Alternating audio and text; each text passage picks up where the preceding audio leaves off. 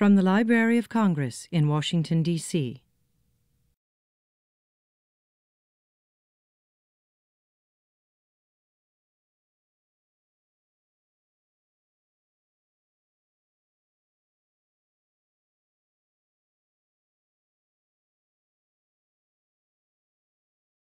Good afternoon and welcome to the African and Middle Eastern Division of the Library of Congress. I'm Mary Jane Diop, Chief of the Division, and I would like to welcome you all here in our reading room for a wonderful program.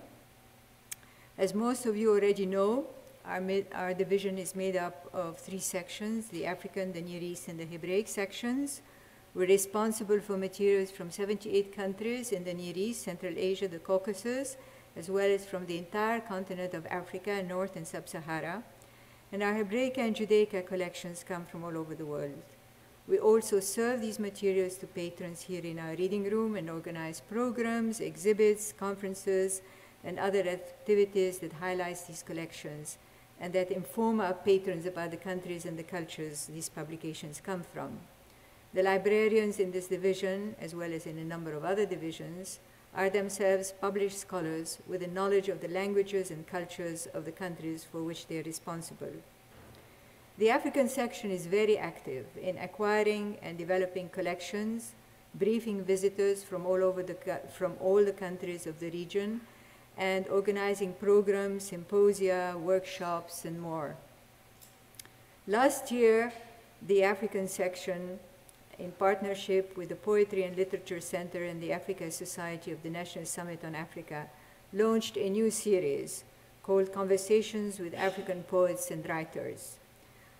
We've had Professor Ali Mazrui come here. He's the Albert Schweitzer Professor in the Humanities at Binghamton University. Susan Kiguli, a wonderful Ugandan poetess and writers. We had the Poet Laureate of South Africa, Kiara Petsi Kego-Sitsil. We had Donato Nodongo, one of the most important writers from the Republic of Guinea. We had Helon Habila, an award-winning Nigerian writer who teaches at George Mason University. And just yesterday, we had a South African author, published author and writer, Mandla Kayesi Machumza. And he's also the head of the Center for the Book in South Africa, and who talked about his writing in his own native Xhosa. The library also has offices in the region to acquire materials on Africa, including a major office in Nairobi. But recently, we have contracted with the Council for American Research Centers, Overseas Research Centers abroad, to collect materials from West Africa. The center is the West Africa Research Center work in Dakar, Senegal, and I'm bringing this up because our speaker today is from Senegal. And that center actually collects from 11 countries from West Africa, uses specialists in the region, indigenous speakers of the languages to collect materials for us. And so Dakar and in Senegal is a very important alternative center, other center, for collecting materials apart from Nairobi. And today we have from Dakar, Professor Magueye Kasse, visiting Fulbright Scholar at Howard University and Associate Professor of German Language and Literature at Cheikh Anta Diop University in Dakar, Senegal. And he will be speaking about African Americans and Germany, the pluralistic and multifaceted presence of Africa in Germany. He has many accomplishments, and Dr. Angel Baptiste from Ahmed will be introducing him. Thank you.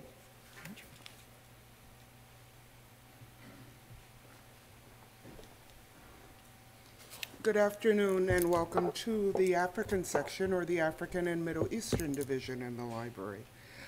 Before introducing our speaker, I'd like to say it's been, 4 or 5 months now, Magueye. I received a call from Howard University, Dr. Cham, chair of the African Studies and Research Program at Howard. And he mentioned to me that there was a visiting scholar, visiting Fulbright fellow in residence at the center, and asked could I assist them here at the Library of Congress in their research activities. Dr. Kasse came and saw me at the library, and little did I realize that his query would be so challenging to me. When he came, I thought, oh, this will be pretty easy. German colonial relations in Africa. After talking to Dr. Kasse for about 10 minutes, I realized we're not just talking about Africa. We're talking about Germans' relations with Africa and the African diaspora. In terms of identifying information resources, Dr. Kasse used almost every reading room in this library. He used the reading or library facilities at the Holocaust Museum, at the Moreland Spingarn Center at Howard University. And via electronic tools, we virtually went into the catalogs of European libraries, German libraries, and some of your African library catalogs. So Dr. Kasse, I would like to say thank you for being here at the Library of Congress. You also allowed me to see gaps that we have in our collections and that we must try to acquire. Now, as an introduction, I'd like to say that Dr. Kasse is a professor of German in the Department of Germanic Languages and Civilizations, the Faculty of Arts and Humanities, at the University of Cheikh Anta Diop in Dakar, Senegal. In 2008, he served as General Commissioner of Dakar, the 8th African Contemporary Art Biennial in Dakar, and currently he is a visiting Fulbright Scholar in residence in the African Studies and Research Program at Howard University. Dr. Kasse's current research interests in the historical experiences of Africans, Afro-Germans, European Africans, and African Americans examines many diverse topics, including the German colonial presence in Africa, the Black military experience in Germany, the life stories of Afro-Germans, Afro-American culture and performers in Germany, and the fate of Africans or Blacks in Nazi Germany concentration camps. I would like to note that in documenting the record of Germany's historic relations with Africa and its African diaspora communities, Dr. Kasse is recovering a valuable cultural and historical memory that is largely unknown. Before welcoming Dr. Kasse to the podium, I would like to thank him for a special gift donation that he provided to our Africana collections.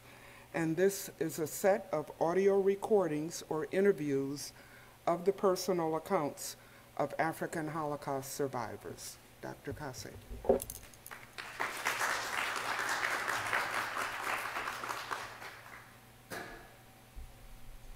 Good afternoon. Thank you very much for inviting me today to speak about something I really find very interesting and very important for us. Thank you to Angel for her support from the beginning. Researchers dream of being selected in the Fulbright program. It is a very good opportunity to come over and visit archives and libraries in the United States, especially Washington, D.C., such as the Library of Congress, the United States the Holocaust Memorial Museum, the Moreland Spingarn Research Center at Howard University, the National Archives, the German Historical Institute, the Schomburg Center for Research in Black Culture in New York, among others. In our various research activities, and thanks to the invitations of the State Department and some universities in Washington, D.C. in particular, I noted the abundance of archives and libraries dealing with our topic. In order to satisfactorily complete my research project initiated on the subject since 2000, it was essential for me to have the opportunity to come to Washington again to continue my investigations in a more in-depth and sustained manner. The Fulbright grant I got was very helpful for me to complete my research and also my pedagogical background. Since the beginning of my research, I have covered a sizable amount of material. I would like to thank all the people in the research centers I have visited for their kindness and professionalism. They are aware of the needs of scholars. We greatly appreciate their time and assistance. I want to further explore the Schomburg Research Center in New York in these coming days to get more familiarized with documentaries on African prisons and its multiple facets in Germany. I would like to focus first on who we are, where we come from, and why we get an interest in searching and teaching about the German-African relations over the centuries. Let me summarize it. I'm a German scholar from Africa with an interdisciplinary background and interest. Many in Germany often wonder why Africans are interested in German language and culture. This particular question is not often asked to those Africans who learn and teach other languages and cultures such as English, Russian, and Arabic, for example. To answer correctly this question, I have to go back to the situation of Africa, in particularly in sub-Saharan Africa from the colonial period to nowadays. I want to emphasize the historical situation in which Africa was and is still involved from the days of slavery through the European colonization and the economical, social, and cultural problems this continent has had to endure. The image resulting from that history is most of the time one of poverty, political problems referring most of the time to colonial periods, the state building, and especially the kind of relations we have with former colonial metropolis, and especially Germany. Also, the German colonial presence was very short, from 1884 to the end of World War I and the Treaty of Versailles, 1918-1919.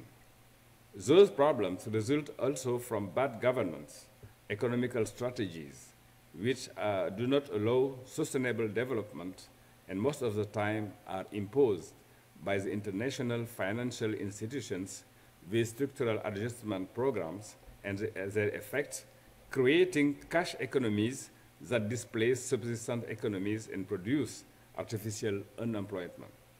From this legacy, Africa seems to be the lost continent out of history, unable to be part of the globalizing market and derive benefits from fair economic partnerships. This globalization also has to mean a positive integration of cultural values. The presence of black people of African descent in Germany today is a result of various encounters at 4 levels. This can be localized first by the end of the World War I, producing in Germany out of its former colonies a very special kind of black immigration. On the second level, we have a larger African immigration because the Federal Republic of Germany in 1949 took a great place and projected itself as a very important political, economical, and cultural partner for the newly independent African countries.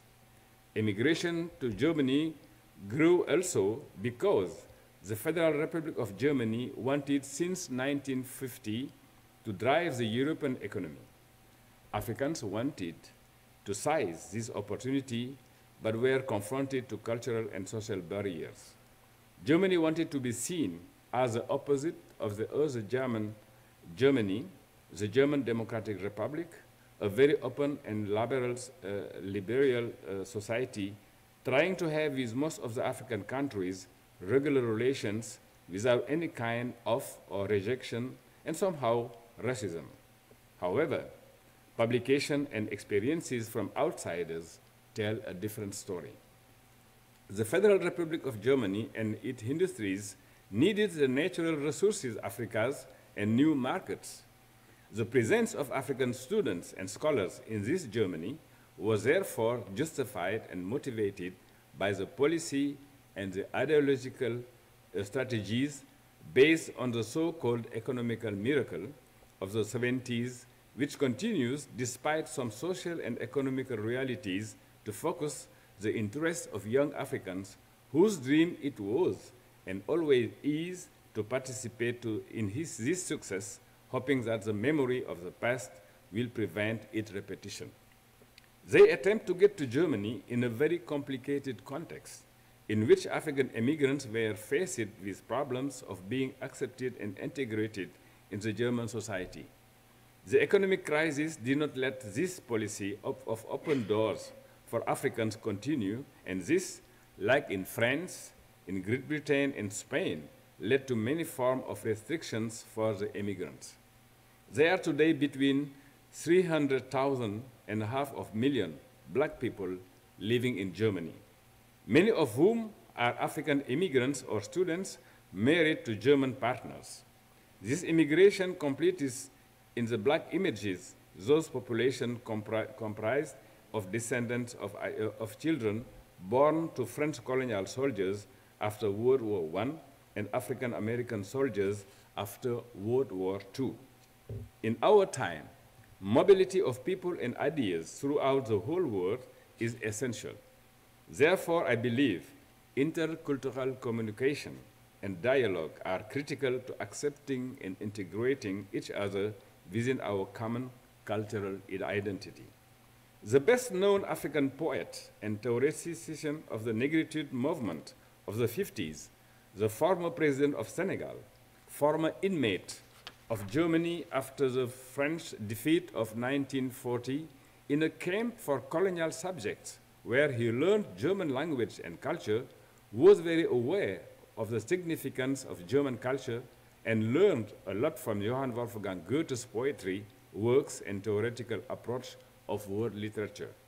Senghor tried in his broad theoretical approaches to conceptualize the need of global cultural dialogue of African people, especially with the Federal Republic of Germany, who wanted to contribute to the human development of our time. This is one reason why, in our research and teaching, we suggest the need to understand how Africa has evolved from the beginning of its encounter with Europe.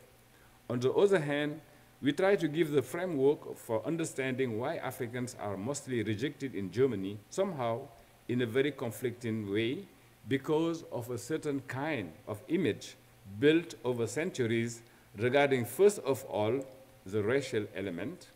And it is very important to try to know how this was continually settled all along the centuries of cultural encounters between European and African civilizations.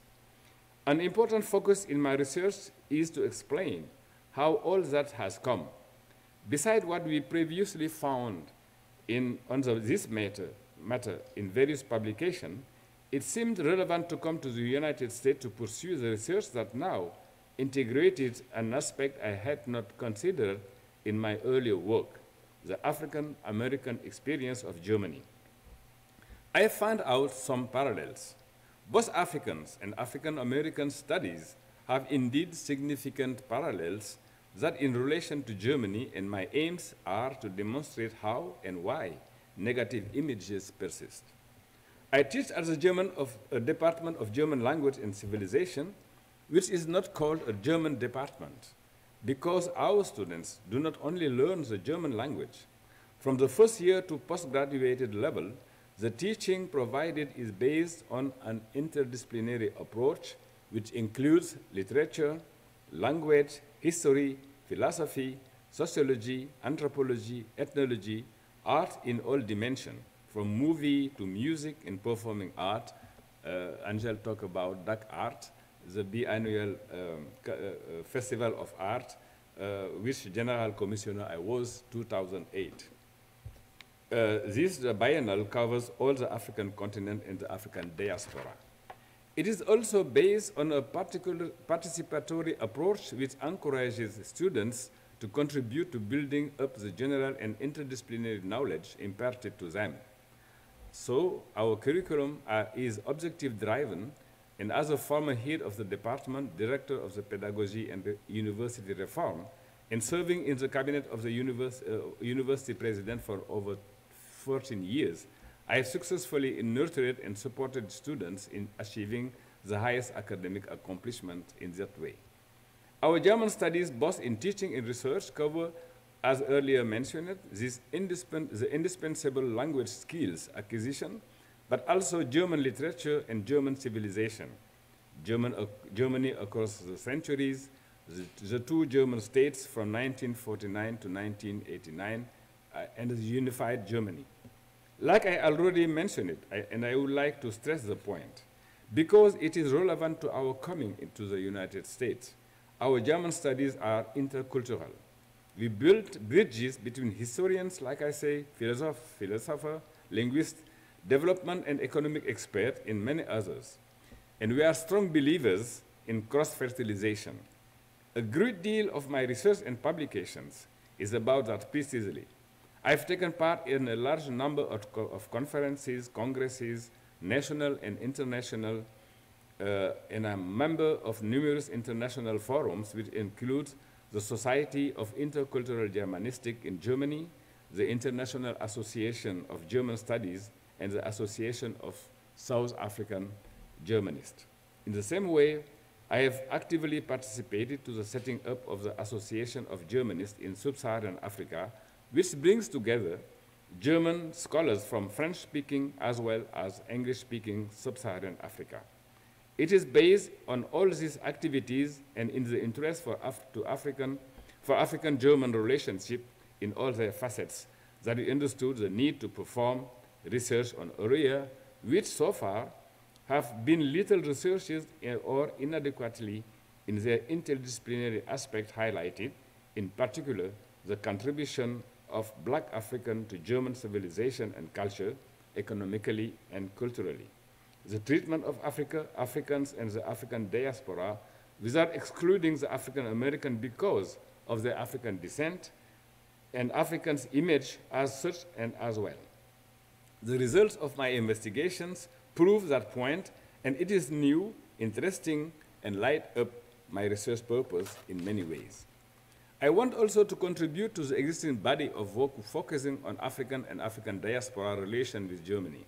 I am particularly interested in showing now how this relationship has developed, and sometimes very positively, in Germany, influencing Germany in many ways through the arts, like, for example, the reception of African arts in Germany, from Karl Einstein and his work on Neger plastic to the jazz with various influences of this art in Berlin during the 20s and all over the Third Reich.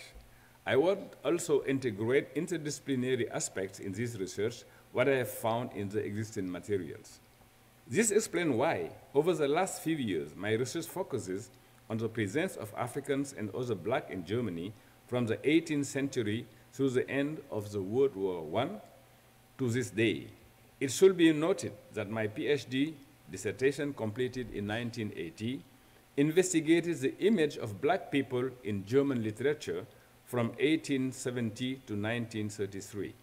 This image was shaped first by fear and various forms of rejection as responses to the unknown, according to colors and their meanings on religious spheres.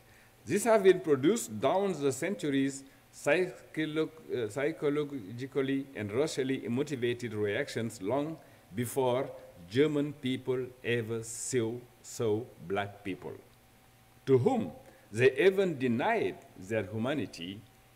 And in German language, from Middle Ages to the 18th century, the Black man was associated to the devil. I quote, der Schwarze, der Moor, der Neger, which successively, in particularly during the slavery and the colonization, means the one who needed to be educated to work. Immanuel Kant, the philosopher, had justified this point of view in some of his theoretical works. For a long time, many scholars thought that Germany had nothing to do with the slavery system.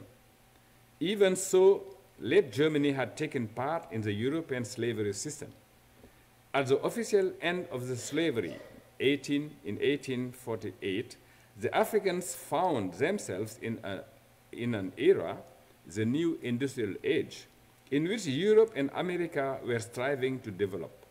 The same prejudice could consider the fact that the USA were not part of the Berliner Congo Conference of 1884, which decided to conquer Africa after the end of slavery, to pay more attention to the needs of exploitation of the human and natural resources of the African continent.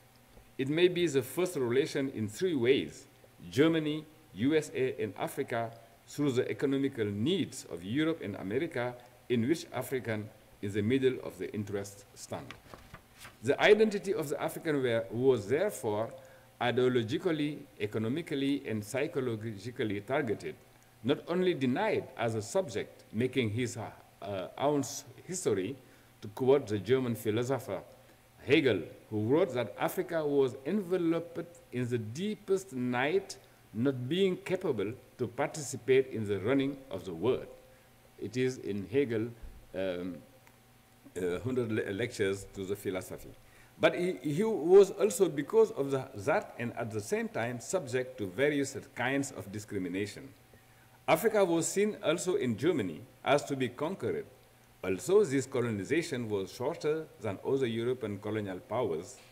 Compared to other major European colonial powers like France or Great Britain, Germany tried to appear as the best colonial power, and the Treaty of Versailles of 1918-1919 was presented as a treachery against Germany. This attitude will survive the Weimar Republic and allow Hitler to conduct a very ambiguous policy towards the African diaspora in Germany and use it as propaganda for his economical policy, his willpower to get the former German colonies in Africa, and especially towards the racist South Africa. On one hand, the Hitler regime continued, because of its racial governance, to reinforce negative stereotypes of African and the African diaspora. For example, the only issues of these were to be confined to some stereotyped part in racial movies or in circus, or to some negative social roles.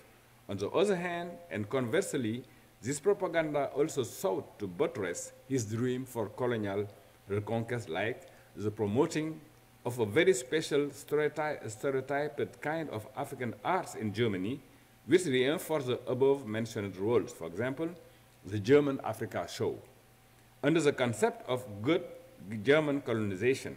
In fact, it was on the long term the ambiguous policy of Hitler, which could not be no longer sustainable regarding to the context of the anti-Semitic Nuremberg laws from 1935, which were applied also to black too.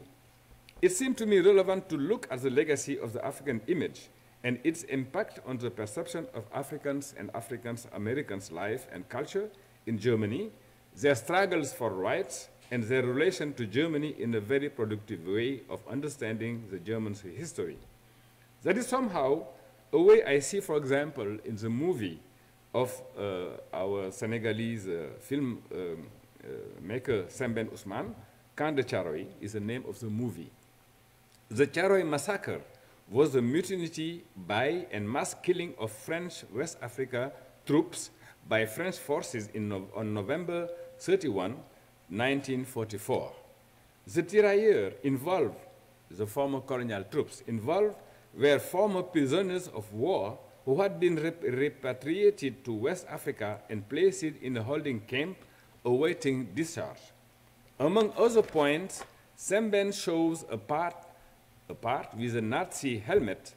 This part is silent, proving his drama, stress, and shock, because he apparently was an inmate and a survivor of some concentration camp in Germany. He is very aware of the world situation in which the tirailleurs were involved. Mostly he is the one who shows how deep the whole enterprise is, which tries to back up and erase the historical memory of African people in the various and tragic African-European encounters. In the intercultural way of understanding the meanings of an engagement like Sen Ben Ousmane did, we have to face those realities in a way that emphasizes the necessity of the only way mankind has to understand each other. In the same way, I would like to mention those black people who belong to the Hall of Fame of African American culture and progressive thinking, very involved in the struggles of their time, who deserve a special place in the history of cross-cultural encounters, beginning with those of the 19th century, like W.E. Du Bois and Alan Leroy Locke, who have studied in Berlin. Admiring German culture, both men saw a similarity between Black America and Germany in their struggles to achieve unity and power. They deeply respected the German intellectual tradition, notably the work of Johann Gottfried Herder on the transcendent power of folk and culture, and the philosopher Gottlieb Fichte in his nationalistic addresses to the German nation.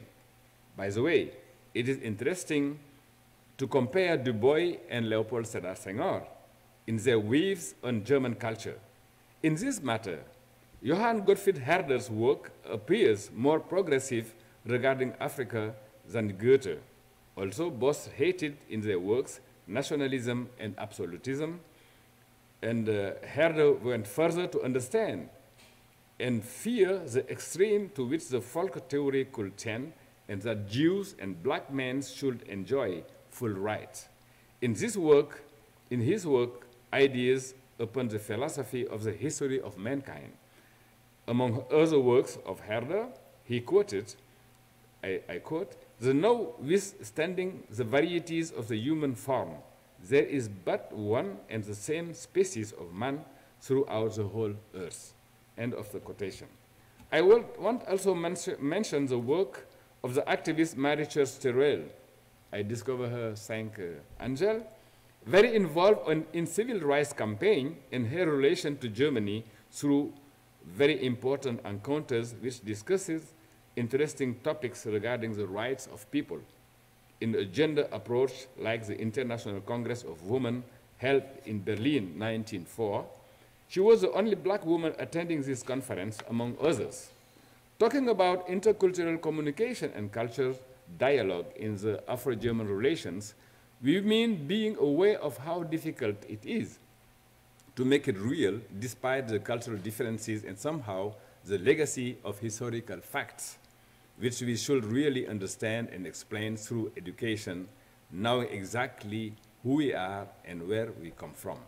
Let me quote, for example, the interesting work of Marie-Church Terrell at the time she was staying in Berlin.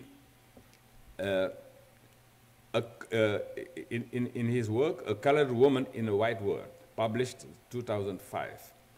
I talked with a young colored man who was studying in Europe because he possessed exceptional talent. He seemed listless rather than lazy, and it pained me to hear from some of his friends that he was wasting his time. When I urged this young man to avail himself of the marvelous opportunities and advantages he enjoyed, he replies, "What is the use of my trying to do anything extraordinary and worthwhile? A man must have some kind of racial background to amount to anything. He must have a firm racial foundation on which to build. What have we accomplished as a race? Almost nothing. We are descent from slaves. How can you expect a people with such background as that to compete successfully with white people?" End of quotation. In the racial state, the black man has to overcome this bias it puts in him. Very contemporary. Terrell quotes further a crucial question in the black and white relation, which continues to act negatively in the societies, and especially in Germany. She wrote, "Now that Hitler has risen to power and had launched a savage attack against both non-white people and Jews, I wonder what my fate would have been if I had married my German friend. Where would I be today? Would I have been forced to leave Germany? If there had been any children, what will be their status now? I sank a beneficent providence that I was spared the painful ordeal through which I would have been obliged to pass if I had married Herr von D. I had made up my mind definitively that I would not marry a white man if I lived in the United States, and I feared I would not be happy as an exile in a foreign land. End of quotation. The Golden Twenties in Berlin focused remarkable figures like Josephine Baker, but also bad situation which continued during the 30s, like, among others, the fate of a brilliant trumpet player, vocals, violin, piano, leader, and dancer, Valeda Snow. Despite her immense talent, she found herself trapped in Denmark, and she was sent to a concentration camp as a non-Aryan, where she remained incarcerated for almost 2 years, sharing this situation with Jews. Let us bring a citation from the book of Laurent Halder, Renaissance Woman, 5 Plays, 1979, a dialogue between Valeda and the Jewish inmate in the camp. Valeda: why are you here? Erika: I am a Jew. My God. Erika: God, does it exist? Do people really believe in him? Valeda: oh, honey, of course they do. And help is on the way. Erika: I don't think it is going to save many people. Valeda: just the rest of the word. But what are you still here? Erika: he is trying to wear me down. Valeda: trying to wear you down? That doesn't make sense. Why not just kill you? Erika: because then he's denied her his perverted pleasure. That is why. Valeda: well, then going to do that more. Valeda Snow is here. You know how to dance, honey? Erika: I can waltz if my feet move at all. Valeda: them dogs are going to move. Now you stand next to me and do just what I do. End of citation. Despite the fate of such entertainers during this period, jazz was a real human contribution to the understanding of people from various cultural backgrounds through the arts. This fact is relevant to our aims of explaining the history of the various encounters between Africa in general and Germany. However, it needs a real understanding of the real historical facts. So it is, for example, in studying the mentality of the German people during the Olympic Games of 1936 and their appreciation of blackness, which lighted up the nonsense of Aryan superiority and racial philosophy of Hitler. Joe Louis and Max Schelling, who became close friends despite the situation and their involvement in the World War II through the art of boxing, are an interesting example. For over 2 decades, the topic of blackness in Germany has drawn increasing interest among scholars. It is the first level of the presence of Africans in Germany. Since the initiative of the Black Germans 1986, a number of colloquia and symposia in Germany and Africa have addressed the issue, considering, for example, the realization, the struggle, the identity problem most so-called Africans Germans from African or African-American descent face in Germany, and which led them to speak for themselves in poetry, novels, entertainment, and movies. Some published autobiographical pieces after visiting Africa, the land of their ancestor, or the US in search of their origins. The results were not always satisfying. The socializations models were and still are a relevant factor in the search of our identity. It finds somehow a catharsis way in writing, like Hans-Jürgen Massacoy's autobiography, Destined to Witness. Massacoy describes his childhood and youth in Hamburg during the Nazi rise to power. His work provided a unique point of view as one of very few German-born mulattoes in all of Nazi Germany, shunned but not persecuted by the Nazis. The dichotomy remained a key theme throughout his whole life. Alike, there are the same ways of escaping horrible social situations in performing arts, like the artist Josef Nasi. This little-known Black American artist of Jewish descent was caught up in Brussels on April 1942 on the grounds that he held a passport of an enemy nation. He was sent to Beverlo, a Wehrmacht prison and transit camp. In November, he was transferred to Germany in civilian prisoner of war camps, Laufen and Tistmoning. He completed over 200 mesmerizing works during his incarceration. The collection of In the Shadow of the Tower, for example, is one of over 100 powerful paintings and drawings depicting the oppressive nature of a camp life. It conveys a sense of confinement, isolation, and suffocation of spirit with an evident hope to return to normalcy. His portraits of black internees of concentration camps try by this way to escape, support, and testify on the situation of inmates. The essence of his painting, the subjects of his art, and despite the horrible situation in the concentration camp, shows humanity, serenity, and belief in brotherhood between the inmates. Poetry, in the same way, is also a form of resistance. Also, some of the most gifted do not always find salvation, being denied, like the dramatic suicide of the late and wonderful Magueye, whose father came from Ghana and the mother from Germany, whose work received the recognition he deserved from African Germans after she passed away. Also in movies, like the interesting one of Mo Asumang, Roots Germania, telling the story of this African German, which started when she first heard the song that called for her murder. This ballad is for you, from the neo-Nazi band White Aryan Rebels. The film discusses the migrants and racism theme. I would also like to mention John Cantara for his wonderful documentaries regarding the life, the history, and the situation of African Germans like Theodor Vonja Michael and his siblings who survived the horrors of the Third Reich and the Holocaust.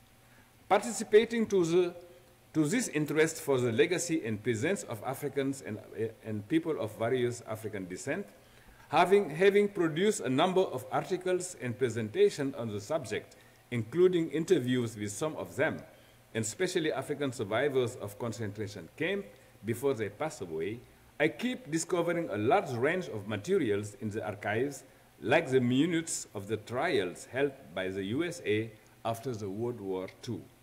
The testimonies of Nazi prosecutors, material covering a large and horrible time in which black people, Africans and African Americans alike, were denied, rejected, mistreated, mutilated, and murdered in concentration camp. Thanks to the German Office for Academic Exchanges, I had the opportunity to begin my research in the archives of Koblenz, Berlin, and Neuengamme, and my investigation established the importance of the African presence in Germany during the 19th century, also during the traveling exhibitions, which shows black among other so-called exotic subjects, which contribute towards a certain kind of absolute negative image of black people. I also had access to the minutes of parliamentary debates from the Weimar Republic to the Third Reich in the Gestapo archives. I have visited the German archives in Koblenz and Berlin and found interesting traces of the treatment of black people and Africans during the occupation of the left bank of the Rhine in 1999, the racist and xenophobic campaign that this presents aroused the racist campaign carried out by the Weimar Republic, Hitler, and the Third Reich. The sterilization of the so-called Rhineland bastards. We visited some concentration camps where were held prisoners of war of African descent who took part in the resistance movement in France especially, but also former African colonial subjects and African American prisoners of war, murdered as already indicated in those camps. Some of them were subjected to medical experimentations. It seems to me therefore relevant to find out and explain the connection between eugenics research applied to Africans in Germany and to African Americans in the United States. I have found indeed interesting material in this respect, including records of medical experiments made on Africans, Jews, Gypsies, ill people, social outcasts in the concentration camps. And I tried in my research to find out the meaning of these connections. I wanted to show how deep these connections were and how they pursued the same racial goals in both countries among the scientists before the National Socialism came to power. It is interesting, in fact, to mention these coincidences in Germany before and after World War I and in the USA at the same time.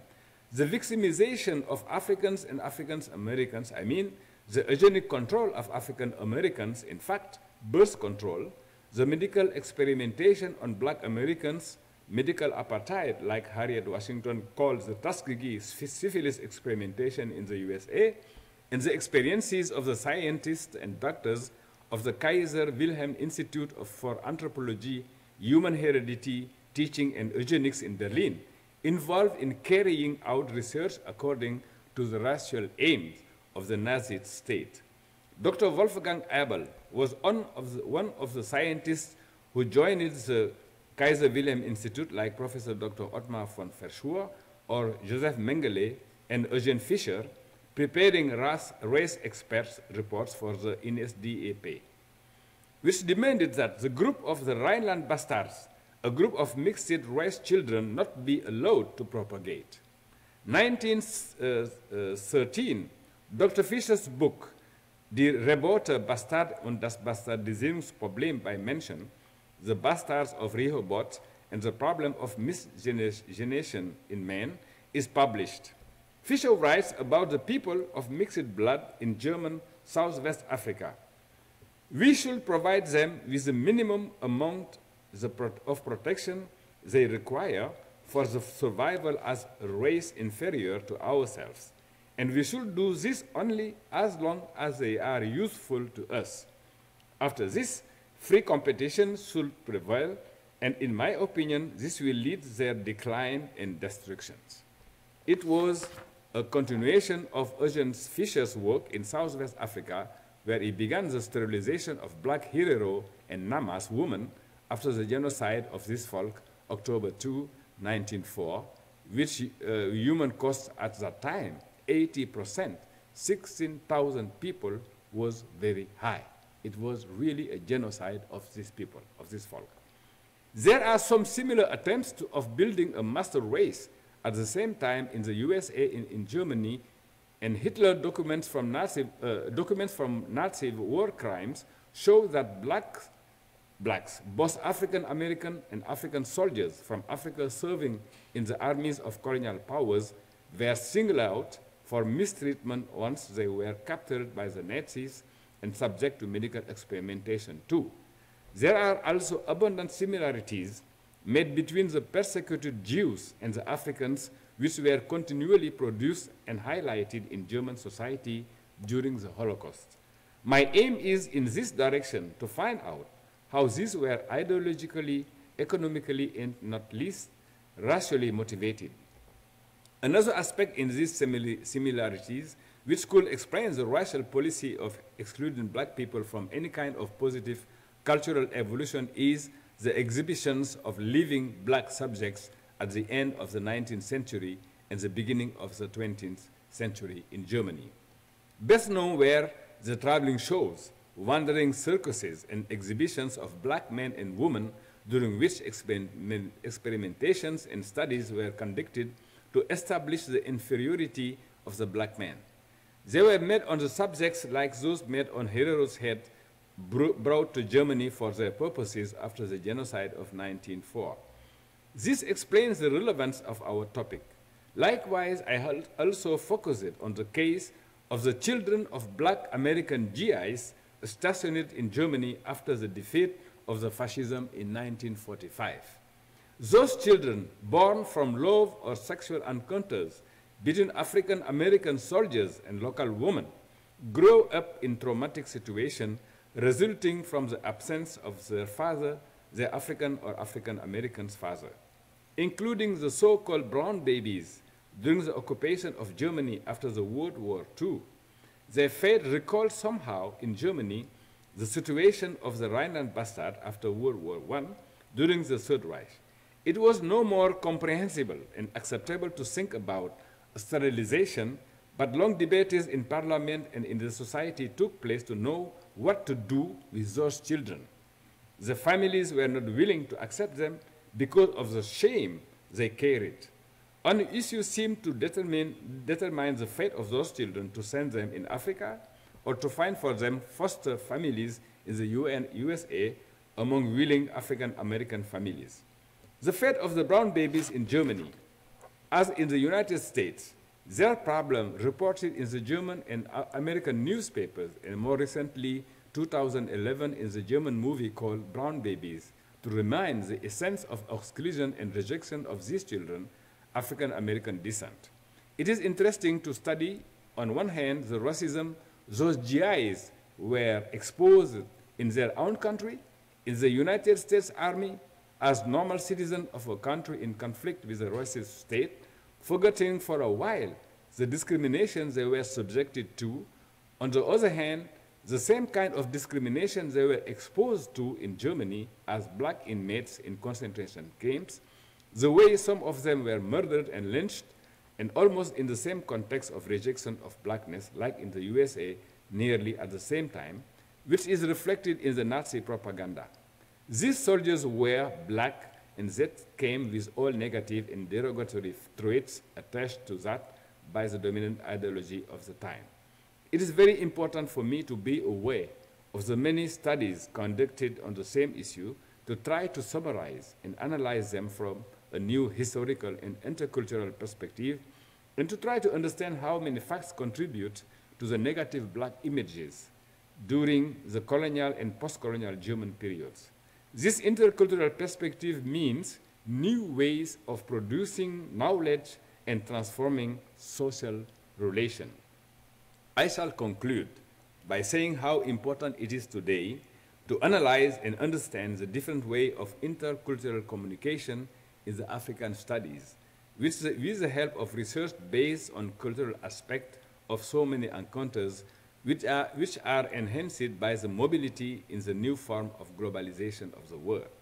We must understand very clearly how new problems just are the consequences of dramatically unsolved situations in which African and African American are involved. To understand the other in his difference means accepting first the difference, biological, social, and historical nature. The fact that some African German women try to show new ways of practicing their difference in very interesting gender studies, or that many critics try to integrate the struggle of African and German African descent for the respect of their difference, which includes the real acceptance of the entire citizenship, is a trend of our time. I thank you very much for your attention.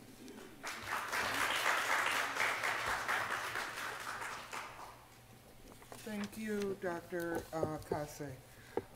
We'll have a 10-minute question and answer, and I'd like to note that this program has been webcast, and for those participating in the Q&A session, you are giving your consent to being webcast. So we'll have a short question and answer. Yeah. No questions.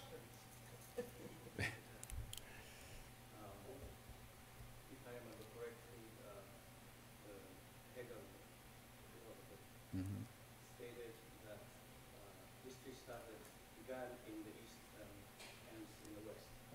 That Africa has no part to play in the development of humanity. How is the response of African Germans to that statement? Yeah. Okay, thank you very much for the question. Yeah, the question is how we respond to Hegel's thinking about Africa. I said in my presentation that our aim is to include in the interdisciplinary way other disciplines like philosophy, history, and so on and so forth. So we used to have in our teaching and research too, to face those problems. A very close friend of mine has written a very nice book about Hegel and Africa. And I said to him, you must add to that the mentality in Germany at the time of Hegel. Hegel has never visited Africa. He just read the relation from those from Great Britain, even if they were German people, German scientists, who discover Africa and write about Africa. And he writes that Europe was in the civilization. ASEAN is at the door of the civilization, but Africa is deep in the deepest night of the evolution. It means that Africa has nothing to do. And he went further, saying that the slavery, like Kant, is, we can understand why African people are reducing to slavery. Because it is of the nature of the African people. They are too lazy because of the climate. You know, in the 17th, 18th century, it was a lot of discussion about the origin of black people and the origin of the color of our skin. And they were trying to say that if there is Africa, it just may have African people. And we try to understand how the image of the black man has evolved from Middle Ages to Hegel. Everything associated with black was negative. The symbol of punition is black. Black is a color that, with which we cannot identify ourselves. And I shall remember a very interesting book for children written at that time. It is called The Struwwelpeter. It is many stories for children, for kids. In one of the stories, it is called The History of the Black Man, or the Little Black Man. A little black man was going his way, and three white little kids were laughing at him. Then came a grown-up who said, "Why are you laughing at this poor little black man? At this poor little black man? Why are you laughing at this little poor black man?" The kid continued to laugh at the little poor black man, second time, third time. It is interesting to know how this little poor black man is defined. In German language, it is, es ging spazieren ein Kohl, Pech, Raben, schwarzer Moor. 5 words to define a little black man. Es ging spazieren ein Kohl is, I don't know how you say it. Tu peux m'aider? Le charbon, comment ça se dit? Coal, yeah. Coal, pech. If you have pech in German language, it means you have no chance. Tu n'as pas de chance, pas. You are unlucky, thank you. Coal, pech, Raben is a bird, black bird, who is known as a stealing. Yes, 2. Kohl, Pech, Raben, Schwarz, der Schwarze, I say, is the devil. Moor is another word to define the black man. This little poor black man is defined in 5 items, you know. And the kids are continuing to laugh. The punition to stop them laughing was to bring them in a black ink. He dropped them in the ink so that they can get black. It is very interesting to analyze, you know, in the mentality of a young German kid, how he grew up with this idea of blackness. What is blackness? So Hegel did continue this way, despite the fact that Hegel, a very great philosopher, was and still is, but the fact is that. Have I answered to your question? Any additional questions? Did you come across any surprising information while working here at the Library of Congress that you didn't already know about your topic? Yes. Yes, definitively. Not only here, with the help of Angel, but through some lectures here, I had to go on the other side, in the medicine building, Yes, the Madison, the motion picture. motion picture building, Newspaper. newspapers building, and music division. And I met a very nice encounter with someone who is very lovely. He's performing at WPMW, Larry Applebaum, who bring me to someone very interesting for my research. He is white, come from Germany, was member of the Hitler Youth in a so-called special school for, I'm sorry, for children with many talents in music. Musikschule is the name in German, Musikschule. Very protected by the Nazis. This man was in this school. He knew, by the way, Jews in the neighborhood. And he left the school to come over to the United States, and he performed with Miles Davis, Duke Ellington, Armstrong, and the whole frame of jazz musicians of the 50s. And this guy tell me about his story as a musician, and he give me footage of jazz playing by Jew musicians in concentration camp made by Himmler. It is a very interesting topic. I know the influence of jazz. If you read the book of Massacre, Destined to Witness, he's talking about the influence of jazz music at that time in Germany. And because the Nazis were very aware of the importance and the interest of jazz among the youth, Himmler, who captured Jewish musicians and brought them to a concentration camp, obliged them to play jazz music in a broadcast. It is a very nice connection. I never be aware of that before I come here. So, like I say, I began this research for some years ago, traveling in Germany, but I wanted to come here and to see, especially in the Library of Congress and in the National Archives, to follow the minutes of the trials held 1945, and the way people, the prosecutors of the black and the Jews, the way they were explaining what they have done during the Holocaust. It reveals a kind of mentality. Not only that, they were, how you say it, the sentences were over to death or to 30 years of jail.